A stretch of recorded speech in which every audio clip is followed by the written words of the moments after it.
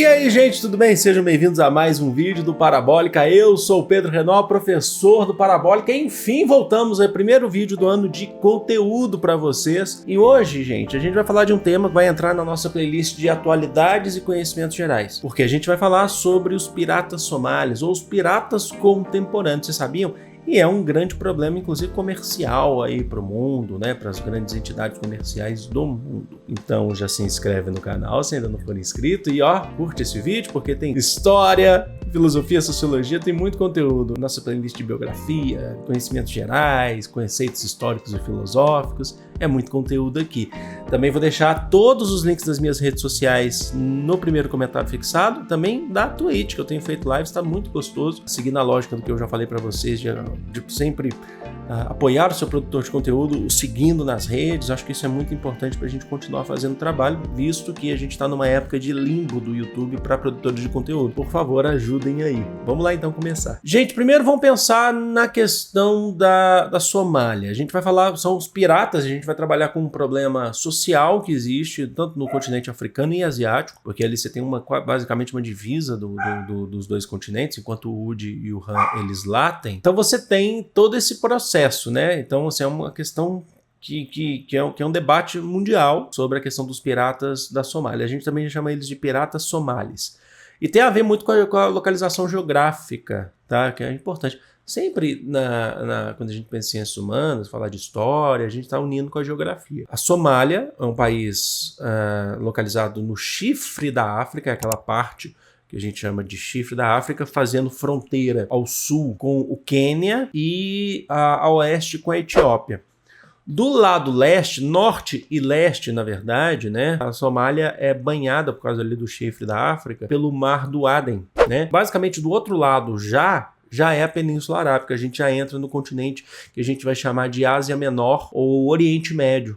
E já é a Península Arábica, e ele já faz, basicamente a gente define que a Somália faz fronteira com o Iêmen. Então alguns vão até falar sobre piratas do Iêmen. Na verdade são piratas da Somália, mas que tem uma atividade ali dentro desse golfo, que a gente está falando do Golfo do Éden, ou do Aden, como vocês quiserem chamar.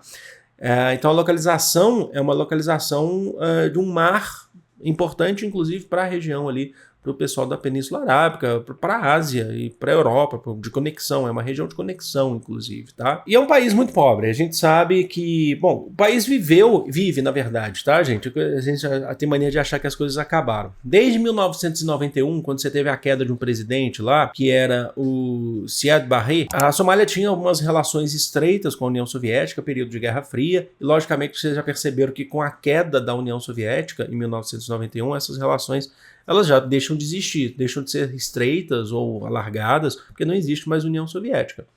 E o presidente, né, recebia já muita oposição, período de Guerra Fria, e aí houve a queda do presidente em 1991. A Somália entrou em um processo de guerra civil que dura até hoje. E lembrando o que é o processo, o que é uma guerra civil. Guerra civil é quando você tem os interesses da população civil envolvidos. Os interesses da população civil envolvidos nesse conflito. Se você tiver guerra entre dois países, duas forças militares, é uma guerra militar. Mas uma guerra civil, geralmente a gente costuma dizer que são guerras internas, pode ter interferência externa, pode ter militares envolvidos, mas o interesse é da população, é o civil. E eles vivem até hoje o processo de guerra civil. As questões não foram 100% solucionadas ainda que nós tivemos ainda alguns avanços, mas a pobreza é muito grande. Essa guerra civil provocou uma pobreza muito grande, com índices baixíssimos no ranking, baixíssimo lá atrás no ranking do IDH. Para vocês terem noção, no ranking do IDH, que é o Índice de Desenvolvimento Humano, o último censo, que é o de 2019 para 2020, a Somália não entregou, inclusive, resultados. Então a gente sabe que é baixo, há uma estimativa, mas você não tem os resultados assim fixos, entregues, de tão baixos que são os dados do IDH da Somália. Bom, como eu estou falando para vocês, para entender o que são os piratas e os motivos, a gente tem que pegar um pouco dessa história. Em 1993, aqui no meu eu olho para o lado aqui porque são as minhas anotações, né, meus planos de aula, tá? Em 1993, já em curso nessa guerra civil, a ONU aprovou 2 resoluções com a tentativa de estabelecer uma ordem, uma paz na Somália. Ela aprovou 2 resoluções, que é a 733 e a 746. O Conselho de Segurança da ONU aprovou, com intermediação dos Estados Unidos. Os Estados Unidos ainda não havia, ele ainda não tinha feito intervenção na Somália, e não fez ainda. Foi uma intermediação dos Estados Unidos com a criação da UNOSOM, que é as operações das Nações Unidas na Somália. Logo de cara, com essa intermediação dos Estados Unidos, houve muitas críticas dentro da Somália. Da crítica, principalmente dos Estados Unidos querer chegar mais perto ainda da Península Arábica, chegar mais perto ainda do Oriente Médio. É um período de conflitos, a gente tinha acabado de ter tido a famosa Guerra do Golfo. Então já haviam críticas aos Estados Unidos por tentar já meio que olhar por cima como um urubu a situação, sabe? Que vai pegar os restos, na verdade ele vai se apossar depois, nem como urubu, né? Ele chega junto depois mesmo, ele já chega para matar, né? Mas não é o caso ainda, os Estados Unidos estavam só fazendo aquela intermediação. Foi criticado muito na época por buscar, na verdade, petróleo na região, mesmo que eles tenham comprovado na época que não haviam petróleos ali no Golfo do Aden, que não haviam grandes jazidas de petróleo. Em 2006, olha para vocês verem, a gente já passa um bom período para frente. Chega ao poder na Somália, até mesmo por conta da proximidade da Somália com a Península Arábica, e você tem uma grande parcela da população islâmica, inclusive na Somália. Em 2006 e fica até 2009, chega a UTI ao poder, que é a União dos Tribunais Islâmicos, que tentam colocar na Somália a forma de governo baseada na Sharia, ou Sharia, como vocês quiserem chamar. Já falei mais de 1000 vezes sobre isso aqui no canal. Inclusive, um dos primeiros vídeos do canal foi sobre isso.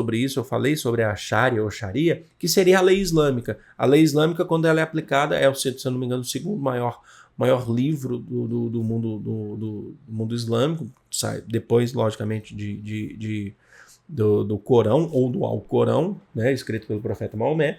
A Sharia vai ser uma lei islâmica aplicada em governos, certo? Então, de 2006 a 2009, você teve essa ideia, você teve o governo da União dos Tribunais Islâmicos na Somália, o que continuou o processo de guerra civil, inclusive, porque existiam várias facções, existiam vários grupos.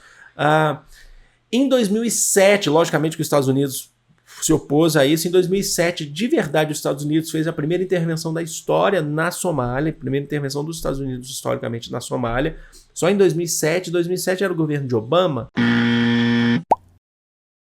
fez a primeira intervenção na Somália, então dando continuidade a esse processo de guerra civil. O que eu quero que vocês reparem, que é bem interessante, é que você tem facções lutando por poder, alguns lutando pela independência em relação aos Estados Unidos, contra a UTI, contra o governo que era antes próximo da União Soviética, e por aí vai, no processo de Guerra Fria. Isso vai aumentando as desigualdades do país. Em 2012, depois dessas intervenções, inclusive dos Estados Unidos, foi estabelecido um governo transitório na Somália, que vai ser o chamado Governo Federal de Transição da República da Somália. Esse 2012 não, esse governo ele vai durar lá mais ou menos de 2009, tá, até 2012, o Governo de Transição da República Federal da Somália. É um governo transitório, como a gente já falou, para levar a Somália depois, o objetivo é levar a Somália depois a um governo fixo, a um governo democrático e por aí vai. E a partir de 2012 até agora, nós temos agora o governo da República Federal da Somália. Bom, então estabeleceu. A guerra civil continua porque ainda é alvo de disputas, principalmente porque depois desse processo todo que a gente teve de guerra civil, você não tem fontes econômicas, você não tem mais. A Somália foi destruída por interesse primeiro interesses durante o período da Guerra Fria, depois por interesses pós-Guerra Fria, essa disputa que a gente está falando, interesses de grupos religiosos, de facções internas da Somália que queriam ter o poder.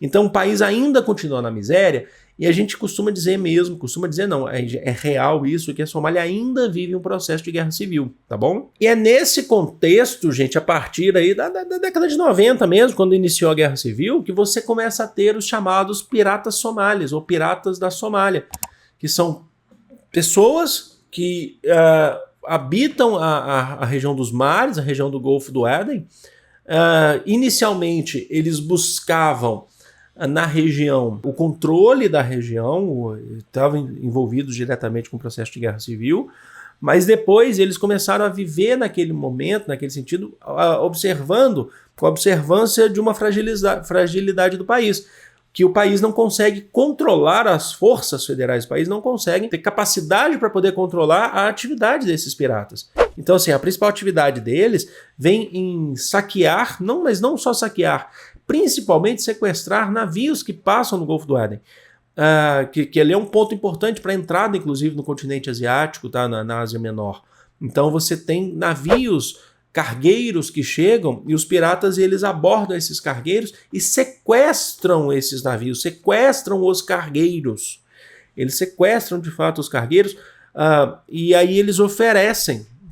Eles entram em contato e eles oferecem o resgate da carga, tanto da carga, que é importante, porque você está falando às vezes, de bilhões de dólares que são perdidos ali, dependendo da quantidade de produtos, e do que é que é levado, do que são levados, que são transportados, e também da tripulação daqueles cargueiros. Então eles têm esse hábito, têm essa prática de abordar e sequestrar navios cargueiros advindos da China.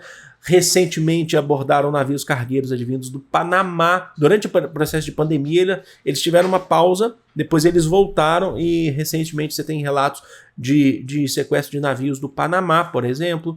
Panamá/Estados Unidos, entendam isso. E eles sequestram e oferecem o processo, oferecem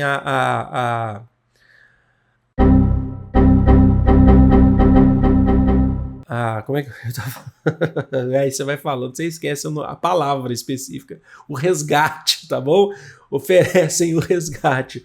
Há quem diga, tá, você tem alguns relatos de que eles abordam, inclusive é interessante destacar isso, eles abordam com navios com barquinhos bem precários, munidos de suas metralhadoras, algumas delas inclusive AK-47 de fabricação soviética, lembrando da relação Somália e União Soviética lá da década de 80 até chegar em 1991. Vocês já podem perceber que você tem armas, né, de fabricação soviética espalhadas pelo Oriente, pela África também, por conta de coisas que sobraram da Guerra Fria, que ficaram da Guerra Fria. Por isso que o pessoal vê muito armas de fabricação soviética nesse processo. Com o fim da União Soviética, essas armas tiveram algum fim também, né, e muitas delas foram espalhadas. Por isso que o pessoal vê muito isso, né? Você tem as chamadas mini AKs também, que é uma AK menor e tal. Enfim, eu não sou um grande especialista em armas, apesar de jogar joguinhos de videogame, eu não sou e também não quero ser. Mas aí você tem relatos de que eles até inclusive eles tratam bem os as pessoas que são sequestradas, as pessoas que acabam ficando no cárcere, aguardando mesmo o resgate para poder adquirir, né, riquezas, dinheiro e por aí vai. Só que com a fragilidade do país, a fragilização do país, ainda mesmo que você tenha um governo federal da Somália e por aí vai, as águas do Golfo do Aden ficaram basicamente águas de ninguém, né? O povo vai lá e ocupa. Então muitos, os piratas somalis, eles disputam território ali com estrangeiros que vêm de outras nações para inclusive fazer atividades ilegais ali no Golfo do Aden. Então você tem conflitos ali. Inclusive pescadores estrangeiros que chegam nessas águas, chegam basicamente em terras da Somália, em águas da Somália, para fazer pesca, para praticar pesca ilegal, se aproveitando da fragilidade e da baixa fiscalização que você tem pelo governo da Somália.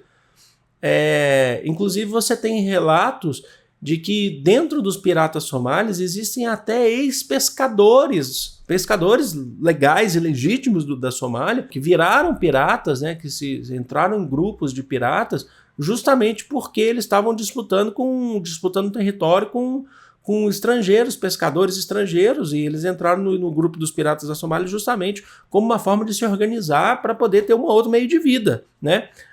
Repara aqui que eu não estou fazendo defesa de um ou de outro, não, só estou passando um relato para vocês do que existe de fato. Então você tem um processo bem conturbado, um processo bem complicado, que é debate da comunidade internacional, de órgãos de comércio, inclusive porque ali se perde muito dinheiro quando os cargueiros são abordados, certo? Então a questão dos piratas da Somália, que são grupos que agem rapidamente em seus barcos e tomam os navios, é uma questão social, referente aí ao contexto do que o país já viveu e o que o país vive, que é a Somália, e também há uma ameaça para a comunidade comercial internacional. Os órgãos de comércio, porque ali você tem um risco muito grande, né? É uma região com pouca fiscalização por conta da Somália, do governo, mas é uma região importante de passagem, certo? Eu espero que vocês tenham curtido, é bem simples de entender, na verdade, mas se vocês verem alguma reportagem aí, alguma questão falando sobre piratas da Somália, vocês já sabem principalmente o porquê da origem deles. O objetivo aqui dessa playlist de conhecimentos gerais e atualidades é tentar mostrar para vocês porque vira e mexe a gente pode ter notícias e outras questões sobre alguns determinados temas, tá bom? E pode ajudar vocês, inclusive, em prova, em redação, entre outras coisas. Logicamente, esse é um grande objetivo aqui nosso. Eu vou ficando por aqui, eu amo vocês sabem que é de todo o coração do mundo. Um grande beijo. Fui!